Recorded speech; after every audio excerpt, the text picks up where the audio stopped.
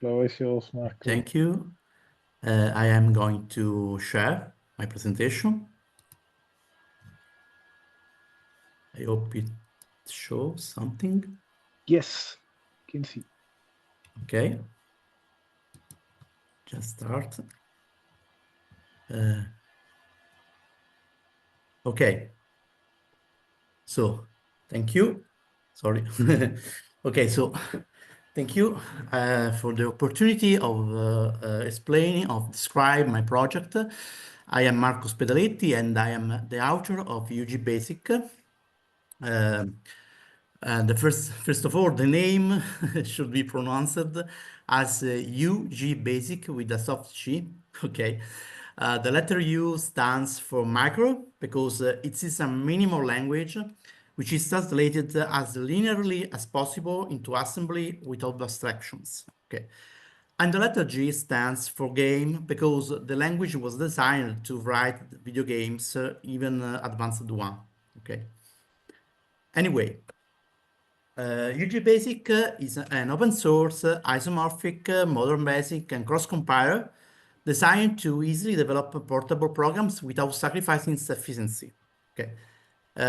It starts or try to start from a single source to create programs, basically video games, for various 8-bit computers. Before going further and explaining what hardware is supported, I would like to dwell on the concept of isomorphisms.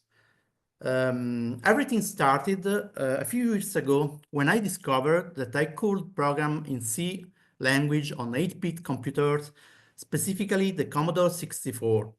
It had always been my dream to be able to do it when I learned the C language, obviously.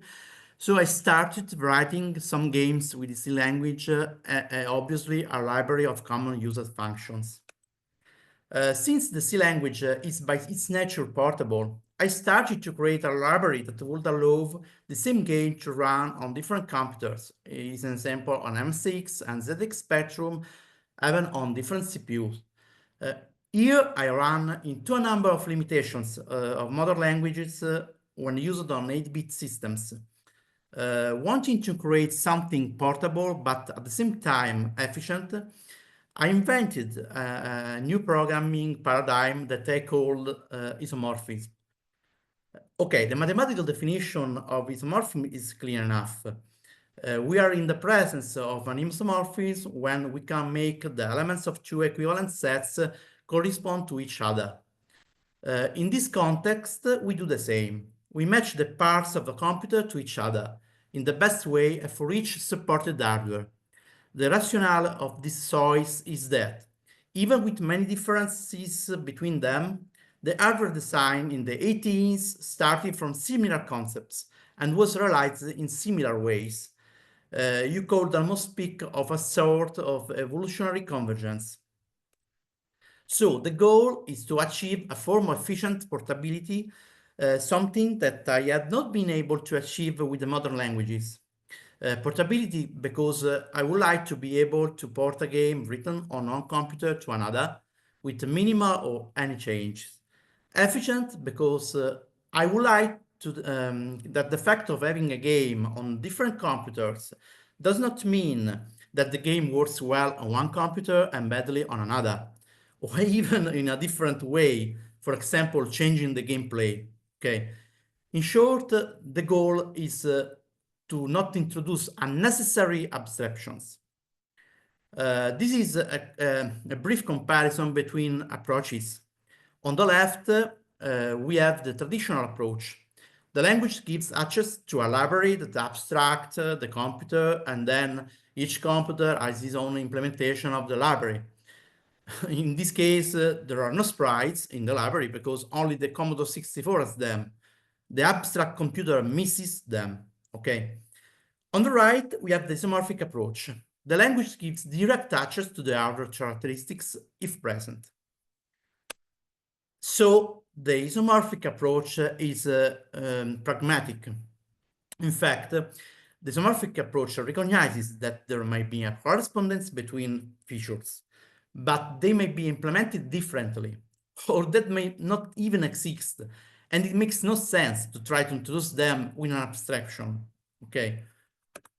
To better explain how an isomorphic approach is, I showed that in this diagram that not all features are available everywhere on each target. Okay, so there is bitmap graphics is not available on VIC-2020, the Commodore VIC-20, and for example, sprites are not available outside the Commodore 64 in this case, and so on.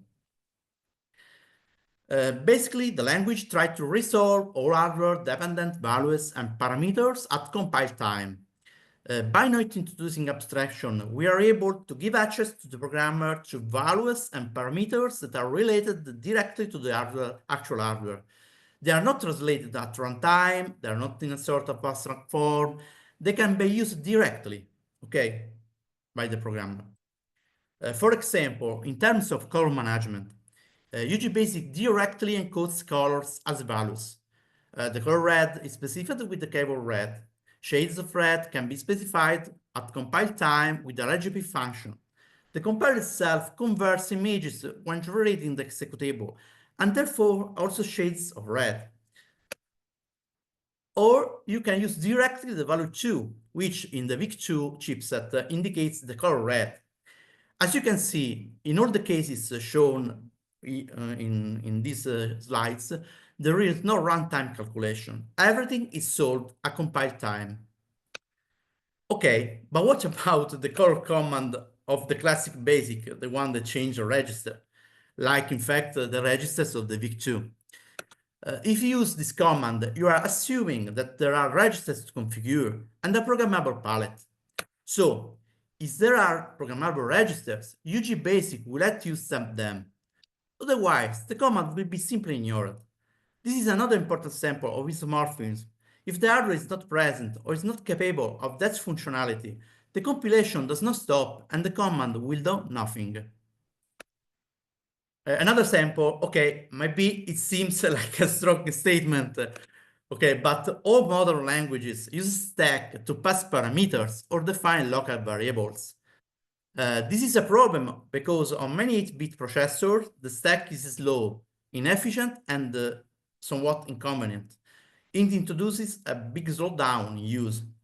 The isomorphic solution is to do without it. So ugBASIC is, in practice, a language without a stack. To make a long story short, the language provides a series of features that each target then implement in the best way. The reason I abandoned C was because with the C library, once the isomorphic approach was implemented, you're no longer programming in C. In practice, there was no longer a distinction between library and language, so it has no sense to continue to use C. In other words, the distinction between language intended as syntax and semantics and libraries is another factor of inefficiency on 8-bit computers. BASIC, which was born without this kind of distinction, is therefore the IDA language. In summary, ugBASIC produces executables for more than 20 on computers and consoles, but as a language without abstractions, it does not guarantee the result will be the same everywhere. However, we know that what runs will run well, and this is a significant improvement. So this is the actually supported hardware. Okay, we have 3 different processors and many models, many targets on computer and consoles. So the compiler, which is actually a cross-compiler, runs on Linux and Windows and produces assembly code and executable for all this hardware. In particular, these are the Commodore targets. Note that ugBASIC also handles the Zilog Z80 processor inside the Commodore 128, and also the RIU memory expansion, which ugBASIC treats as a real coprocessor. Okay, so now let's take a look at what are the features of ugBASIC. I tried to summarize some of them, but obviously there are many more. Okay. For example, we have easy rapid development, console support, fast and easy animations, built-in support, multiplex sprites, input-output controls, dynamic strings, suspension memory management, inline assembly, native multitasking, and it's all open source. This is a feature for me. Okay. Now, first of all, ugBASIC is able to convert images from modern formats directly into the most efficient native formats for the select target, which can be, in the case of the Commodore, the VIC-1, the VIC-2, the TED, the VDC, okay? This obviously speeds up development and allows to port programs easily and to use some modern tools for graphic drawing and composition. The drawing routines are optimized and easy to use both for implementing rapid animations and for managing structured frames such as atlases and sequences. So you can draw frames and let ugBASIC draw them for you. For the VIC-2, it's possible to load images and use them as arrow sprites or even composite sprites, one over another, to increase the bit depth, the core depth. If multiplex sprites are used, the image will be automatically converted into a set of sprites that will move all together to have a bigger sprites. For the VIC-2, it's possible to define up to 32 multiplex sprites by using specific characteristics of the hardware. Okay, so it's out of the box. As we mentioned before, the RU memory expansion is managed as a real coprocessor. Therefore, all copy operations exploit its potential, including those related to the driving of graphic resources, which can be hosted directly on the memory expansion with the simple primitives. I make you look at an example. This is an example of expansion memory management. In this case, we are running a video synchronized with the audio. Obviously, you can't listen to the audio, but I'm sure you could listen to it. Reading frame by frame and drawing them on the screen. Currently, this animation is made with this small program. This program uses a set of primitives that are enabled on the Commodore 64 when RAM expansion is installed. The compiler has strong optimization, particularly it's a two optimization mechanism. The contextual optimization, which analyzes the basic source to make space and time improvements, and the people optimization, which instead focuses on the generated assembly code. The language implements a very efficient multitasking based on proto threads capable of executing dozens of threads at the same time and without using interrupts. This technique is used, for example, to implement unattended animations and movements and independent logic of the MPC and so on. Assembly can also be used directly in line in the ugBASIC source. It supports both single instructions or interface of code. Note that it is still possible to write portable programs as it's possible to specify the target CPU. Okay. The compiler is completely open source and it is distributed under the ugBASIC license 2.0. This allows you to modify, distribute, and sub-license the original code. The repository is located on GitHub. This is also a very large user manual of almost 1,000 pages, which introduces the various features and display how to use each individual command of the language. Since the language is constantly evolving with frequent releases, the manual is updated every 10 days or so, so it's worth keeping up to date. Now, let's see how you can build a game. You can use the command line on both Linux and Windows to generate assembly code only. So what you do is you write your basic source, prepare your graphics, sounds, and so on. Then call the compiler specific to the target you want. If, for example, we are talking about the Commodore 64 and the Commodore 128 with the options you want. In this case, it's up to the programmer to use the assembler and linker to generate the executable. actually a single PRG file.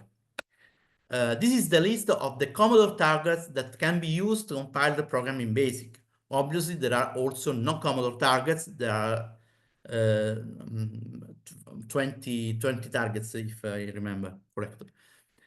Anyway, if you want, you can delegate the task of calling the assembler and the linker to the compiler.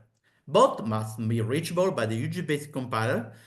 This is actually the only way to automatically generate ready-made media such as disk images or REU images for emulator. This is very, very useful way to test your program without waiting for loading the REU, the disk into the REU image, in the REU memory. Finally, if you are on Windows, the easiest way is to use the EDI. In this case, compiling and running the game is a matter of just one click. Okay. The EDI is a free tool that takes care of simplifying all the phases from the preparation of the development environment to the actual development. It also gives access to the online help and takes care of managing the versioning of the compilers through the use of scale time machine.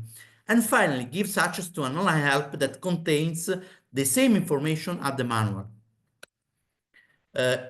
Here we see an example of programming with the EDI. It is a window that shows the single source code. Here on the right, left is the source. On the right, we see the various graphics resources that for some targets have been customized to be more suitable for characteristics of the video chipset. By compiling this, which is a single source code, for multiple targets, you get games that are similar to each other, but from a single source. Now, let's go over some technical details. Okay, don't worry, I won't go into too much detail. It's just to give you an idea of the complexity of the project and also its potential. The workflow is pretty straightforward.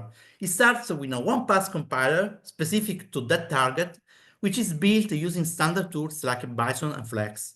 There are no dependencies on system rooms, or at least there are only when the program is booted. The compiler generates assembly code directly. There are no runtime modules, and it accesses the hardware directly. It also collects all the data it needs in the same executable, with the exception, obviously, of the data stored on the memory expansion that is stored apart and loaded during the startup. This is a typical schema of generation. The compiler essentially generates assembly code and data. Note that this representation may be different depending on the target because the data can be interleaved with the code. As mentioned, the compiler primarily produces assembly code, converting basic primitives and instructions directly. It is possible that some routines can be quite complex and therefore they are written as real libraries. The libraries are included directly in the code flow. Some instructions are written in a sort of pseudo-assembly that is called the median language, which run on all targets without distinction of CPU. Note that this is not an interpretation mechanism, as the median language is also converted directly into machine language. Everything that is generated is subjected to a series of optimization mechanisms. These processes are very effective because the code does not use the stack and can therefore be statically analyzed. The data is compressed by proprietary algorithms such as the MCS1, that is an algorithm of mine that's similar to l'Ampelsive4, or the more classic RLA. ugBASIC is made of 400,000 lines of code. Okay, about 64% is ANSYS code that generates directly assembly. About 20% is code written directly in assembly of the target machine. The rest is the parser that examines the basic source and coordinates everything. The ugBASIC itself is a language that has 693 keywords with something like 657 commands. The Commodore targets are the ones that support them in the greatest number and most completely. Let's take a look at some games written with ugBASIC. And note that this is not a successive list because I am not always present with them. Okay. However, for those games for which I am able to obtain the source, I try to ensure backwards compatibility for future developments. Creepy Carrots show the capabilities of ugBASIC for the Olivetti Potters PC128. It has bitmap back graphics, video page switching, double buffer, 3-bank RAM management, and inline assembly. It is also an example of how the language, despite being able to work on multiple targets, it is also efficient on a single one. Then, The Savage Sword of Cocoon is a fighting game in the vein of Barbarian for the TRS-8 Core Computer 1-2. In this case, the optimizers have done a great job rendering the animation in real time and full screen. Sogo 64 is a version of the puzzle video game, and it is also an example of how portable video games can be written for dozens of different targets.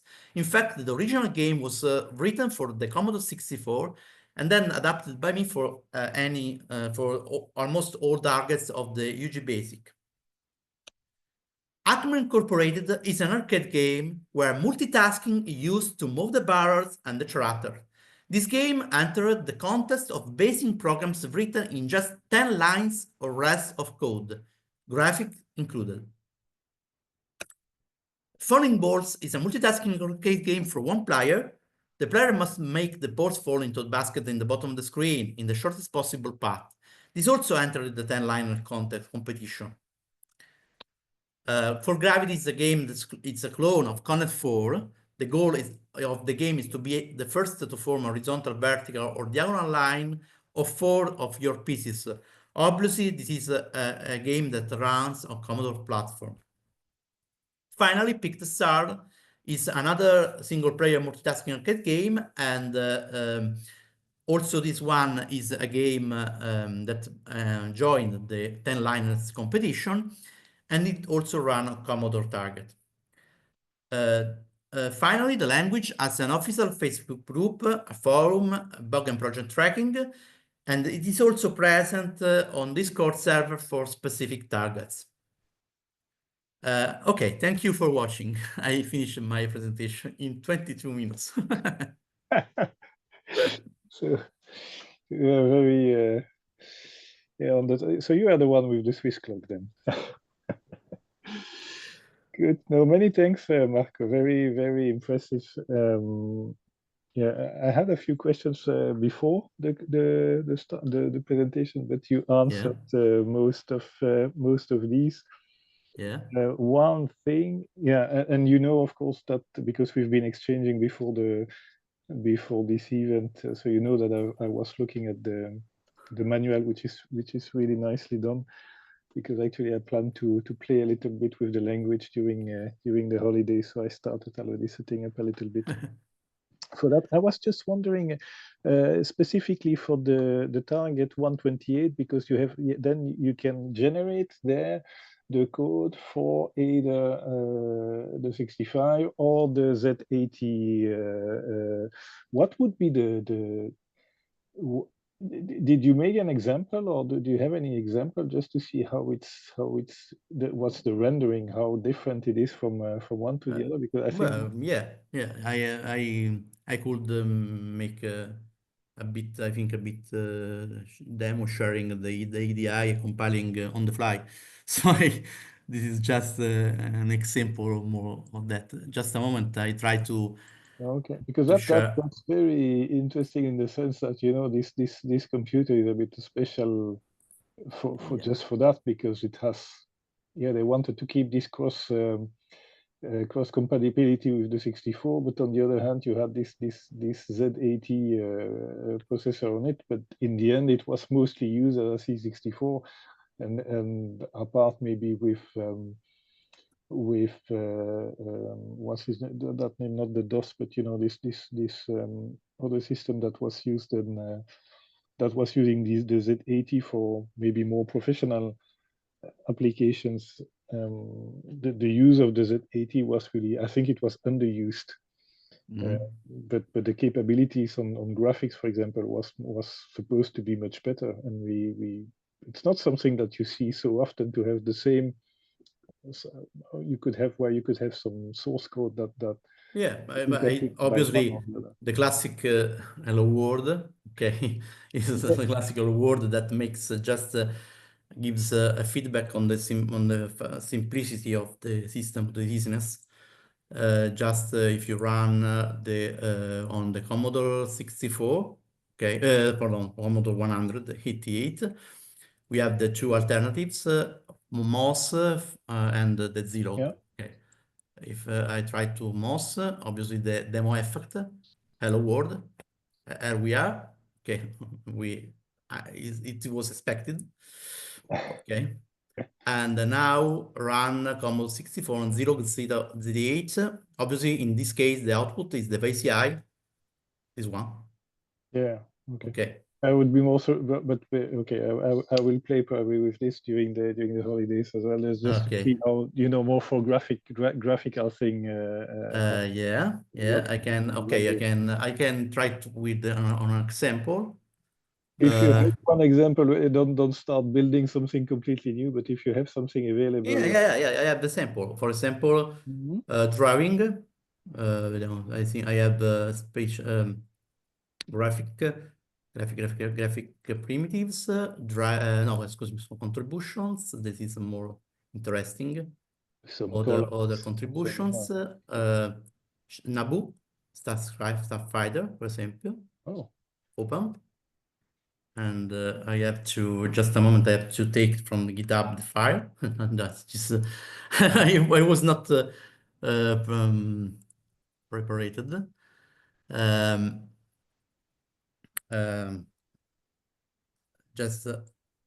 Just a moment, I have to prepare the sharing. Okay.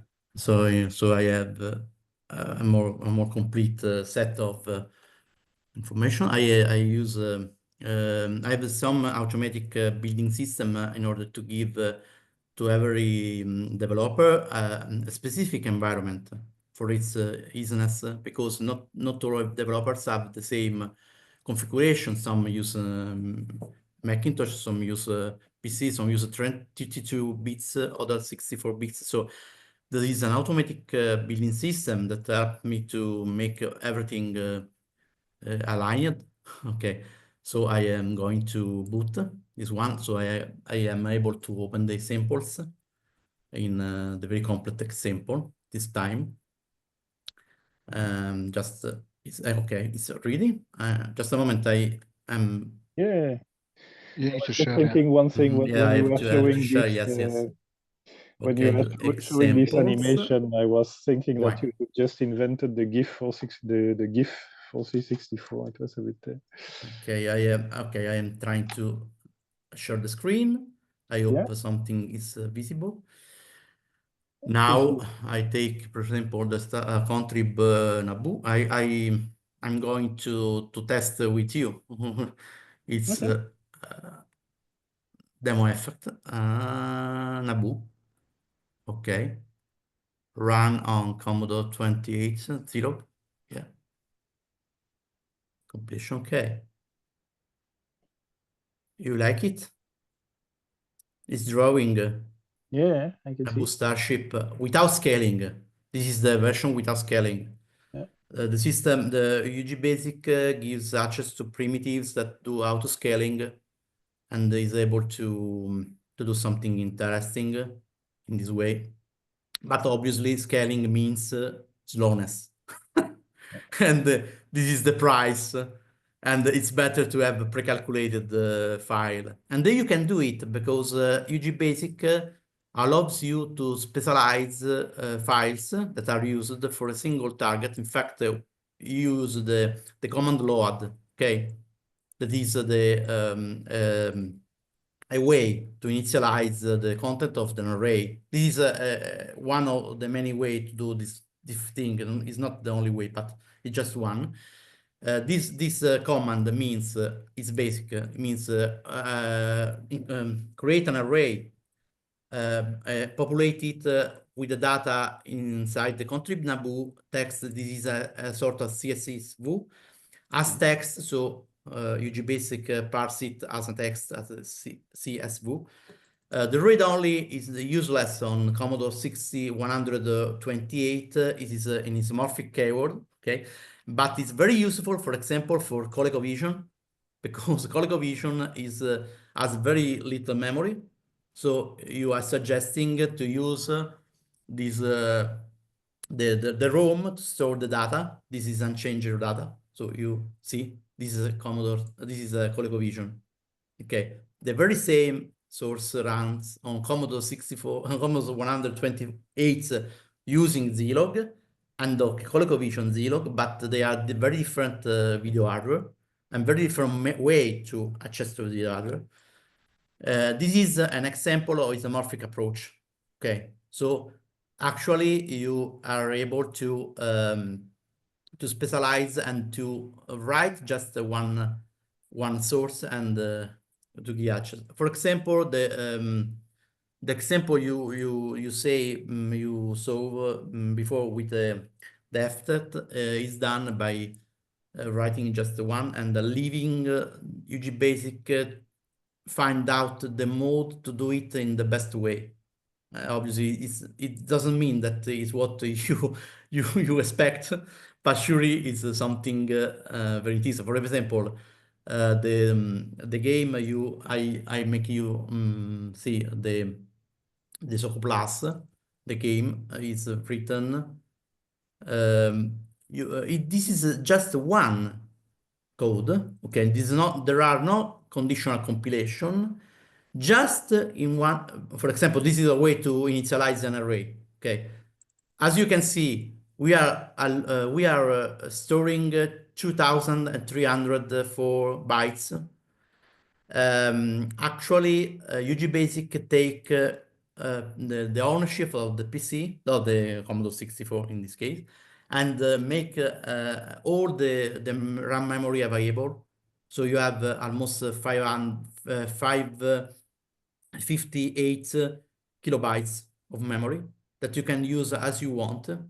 You can use to storing data, to storing videos, storing what you want. And this is an advantage because you can use easy tools to driving graphics. You have not to worry about the memory, okay, because ugBASIC manage it. Also, you have, also it's a bit difficult to show you, but it also has the management of dynamic strings with a garbage collection that is constant time. And this is a very interesting implementation because it can be used for video games, because strings are something that is normally very slow, very not very useful on real-time video games. Instead, they could have a role in ugBASIC, because ugBASIC give you the opportunity of use them and don't worry about their weight in terms of computation power. As you can see, this is the only the only actual conditional compilation. Okay, this procedure will not generate code. Its joystick is not available. This is the only condition of the program, because I was interested in give access to this game also on the target that has no joystick. And there are targets with no joystick. For example, Olivetti products PC100 has no joystick, or also Dragon has no joystick. They are joystick, but the analogic joystick is not very is not very stable. So you with the ugBASIC is the IDE, and they give you, for example, access to the manual. You just press F1, I give you the explanation. You can also view on the web if you want, so you have access to description, okay? And you also can ask on forum. You can also have an help, And this is very useful for, and the time you can earn time by using the system, because you have you can be helped in developer, and obviously you can access always on the last version, because you have access to also obviously to a wizard that help you to see if there are compilers that are being updated. In this case, no, because as just updated. And obviously you can access directly on each single compiler, and you can refresh if you want. You can download it, and the system automatically download the correct version and help you to avoid to have, for example, imagine you are developing a program, okay, and you find out a bug, okay, then I will correct the bug, and you will be able to update automatically and without problems to your compiler directly from the same interface, and continue to develop without never leave the IDE. I think this is a very interesting feature. It is very, but let's not diverge into a presentation on the IDE, even though it's very interesting. Yeah. I will check if I see a lot of comments. Impressive, great work. I don't know if there are any more questions from the attendees. Just wanted to add that I like very much how it starts in Z80 mode, because it goes directly there without using CPM. Yeah. Just load and run. Cool. Yeah. The ugBASIC take the ownership of the Zilog Z8 by using obviously 600.502 code. So there is a sort of preamble that makes the Zilog Z8 available. CPM, that's the system I was looking. I mentioned DOS, but I was thinking CPM. Yeah. Good. Any other questions or comments? Otherwise, you can post it in the chat. I think looking at the time, we need to switch. Many thanks, Marco. Very impressive. I will have fun during my Thank you for watching and for listening. I will stop the